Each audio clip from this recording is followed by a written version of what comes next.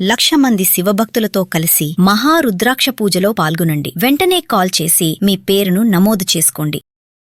Suman TV ప్రేక్షకులకు నమస్కారం.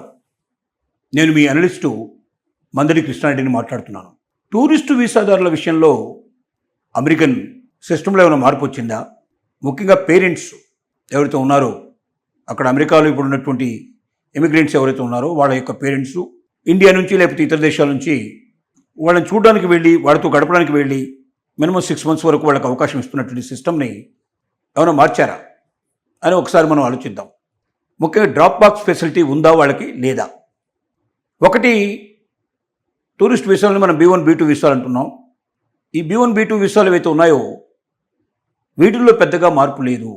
కాబట్టి వీళ్ళు అమెరికాలో స్థిరపడడానికి వచ్చేవాళ్ళు కారు. వీళ్ళు టూరిస్టులుగా వచ్చి మ్యాక్సిమం 6 months ఉండి వెనక్కి వెళ్ళిపోయేవాళ్ళు.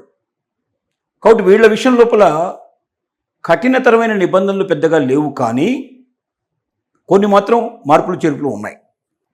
అదేమిటంటే, టూరిస్ట్ వీసాదారులు కూడా తొందరగా వాళ్ళ యొక్క వీసా అప్లికేషన్ ప్రాసెసింగ్ పూర్తి కావాలంటే అలాంటి వాళ్ళ కోసం కొంత ప్రాసెసింగ్ ఫీజు పెంచి తొందరగా వచ్చే అవకాశాలను కూడా కల్పించారు. ఇది ఒక పెద్ద మార్పు. యూజువల్గా కట్టాల్సిన దానికన్నా కొంత అధికంగా కట్టేటైతే వాళ్ళకు ముందుగా అవకాశాలు కల్పించేటువంటి ప్రాసెస్ కొన్ని మెరుగుపరిచారు. రెండోది ఏంటంటే, ఈ డ్రాప్ బాక్స్ ఫెసిలిటీ అనేది ఒక పెద్ద ఇంపార్టెంట్. డ్రాప్ బాక్స్ ఫెసిలిటీ ఏమిటంటే, మీరు వీసా ప్రాసెసింగ్లో ఇంటర్వ్యూకి అటెండ్ కావాల్సిన అవసరం లేకుండా మీ యొక్క మొత్తం గతంలో మీరు ప్రయాణించి ఉంటే, గతంలో మీకు వీసా ఉండి ఉంటే ఆ వీసాని తిరిగి రెన్యువల్ చేసుకోవడానికి వీలుగా 5 ఏళ్లకో 10 ఏళ్లకో పరిస్థితిని బట్టి పెంచడానికి వీలుగా కావాల్సిన ఫీజు కట్టేసేసి కావాల్సిన మొత్తం డాక్యుమెంట్స్ అన్నీ కూడా డ్రాప్ బాక్స్లో ఆయా ఎక్కడైతే వీసా ఇష్యూ చేసేటువంటి అమెరికన్ కాన్సులేట్ జనరల్స్ ఉన్నాయో, లేక వాళ్ళు ప్రత్యేకంగా నామినేట్ చేసినటువంటి కొన్ని సంస్థల యొక్క సంబంధించిన ఆఫీసుల యొక్క డ్రాప్ బాక్సుల్లో మనం వాటిని వేసేసినట్టయితే ప్రాసెసింగ్ మొత్తం పూర్తయిపోయి కంప్లీట్ అవ్వడం కానీ, లేదా అవసరం అనుకుంటే ఇంటర్వ్యూకి పిలవడం కానీ, ఈ రకమైన పరిస్థితులు ఉన్నాయి. అవి ఇప్పటికి కూడా కంటిన్యూ అవుతున్నాయి. కానీ గతంలో ఎవరికి ఉండేదంటే, ఈవెన్ H1B వీసాదారులకి, ఈవెన్ మామూలుగా F1లో వెళ్ళినటువంటి స్టూడెంట్స్ ఇంకా ఏదైనా మార్పులు చేర్పులు చేసుకోవాల్సిన వాళ్ళకి చాలామందికి అవకాశం ఉండేది. వాళ్ళు దేశానికి వెళ్ళాల్సిన అవసరం లేకుండానే డ్రాప్ బాక్స్లో కావాల్సినవన్నీ కూడా వేసేస్తే వాళ్ళకు ప్రాసెసింగ్ అంతా పూర్తయిపోయి వాళ్ళకి అవకాశాలు కల్పించే పరిస్థితి ఉండేది. ఇప్పుడు ఆ సిస్టమ్ మొత్తం తీసేశారు. ఎక్సెప్ట్ B1 B2కు సంబంధించిన వాళ్ళకి తప్ప డ్రాప్ బాక్స్ ఫెసిలిటీ మరి ఎవరికీ లేదు. ఈ డ్రాప్ బాక్స్ ఫెసిలిటీ వల్ల పేరెంట్స్కు మాత్రమే కొంత మేలు జరిగే అవకాశం ఉంది. ఎందుకంటే వాళ్ళ ఏజ్ రీత్యా కానీ, వాళ్ళు ఓన్లీ టూరిస్టుగానే వస్తారు కాబట్టి, మ్యాక్సిమం 6 months మాత్రమే ఉంటారు కాబట్టి వాళ్ళని ఎక్కువగా బాధ పెట్టడం కరెక్ట్ కాదు అనేటువంటి దృక్పథంతో వెళ్ళడం జరుగుతుంది.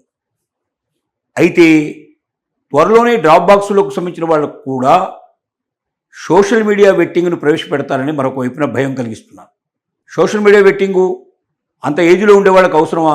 లేక టూరిస్టులో కొత్తగా ఎవరైనా యంగ్ పీపుల్ కూడా వెళ్ళే అవకాశం ఉంది కదా. కాబట్టి టూరిస్టులో వెళ్ళే వాళ్ళకు కూడా సోషల్ మీడియా వెట్టింగ్ కంపల్సరీ అనే సిస్టమ్ని అమలు పరచడం అనేది ఇప్పటికే ప్రాసెసింగ్లో ఉన్నది అన్నట్టుగా తెలియజేస్తున్నారు.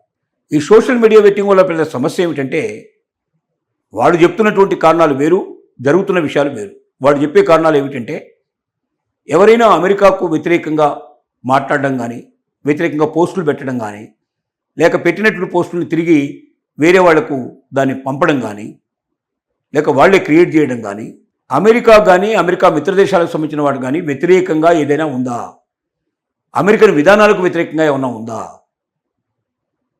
సపోజ్ అమెరికా ఇవాళ పశ్చిమాసియాలో యుద్ధం చేస్తోంది. ఈ యుద్ధం కరెక్టా కాదా?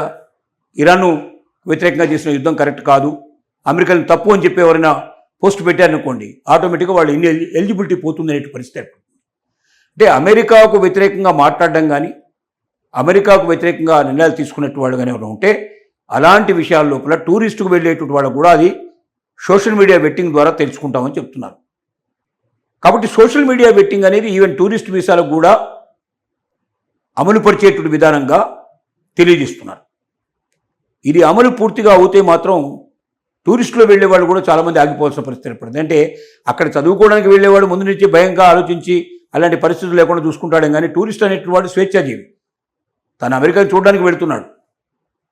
అట్లాంటి వాడి మీద కూడా సోషల్ మీడియా వెట్టింగ్ పెట్టేసి అతనికి ఇబ్బంది కలిగించే పరిస్థితి ఏర్పడితే ఇబ్బందులు అవుతాయి. పేరెంట్స్ విషయంలో మాత్రం డ్రాప్ బాక్స్ ఫెసిలిటీ ఉంది. ఆ ఫెసిలిటీ ఎక్కడికి వెళ్ళలేదు.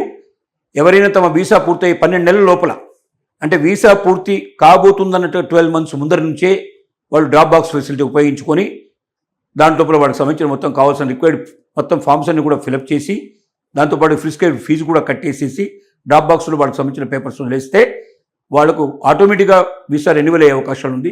లేదా ఒకవేళ పిలిస్తే తప్పనిసరిగా అవసరమైతే వాళ్ళని కాన్సులేట్ జనరల్కి పిలిచి వాళ్ళతో మాట్లాడి అక్కడ వాళ్ళకి వీసా మంజూరు చేసే అవకాశాలు ఉంటాయి. కాబట్టి దీనికి ఒకటి మాత్రం డ్రాప్ బాక్స్ ఫెసిలిటీ ఉందని క్లారిటీగా చెప్పగలుగుతున్నాం.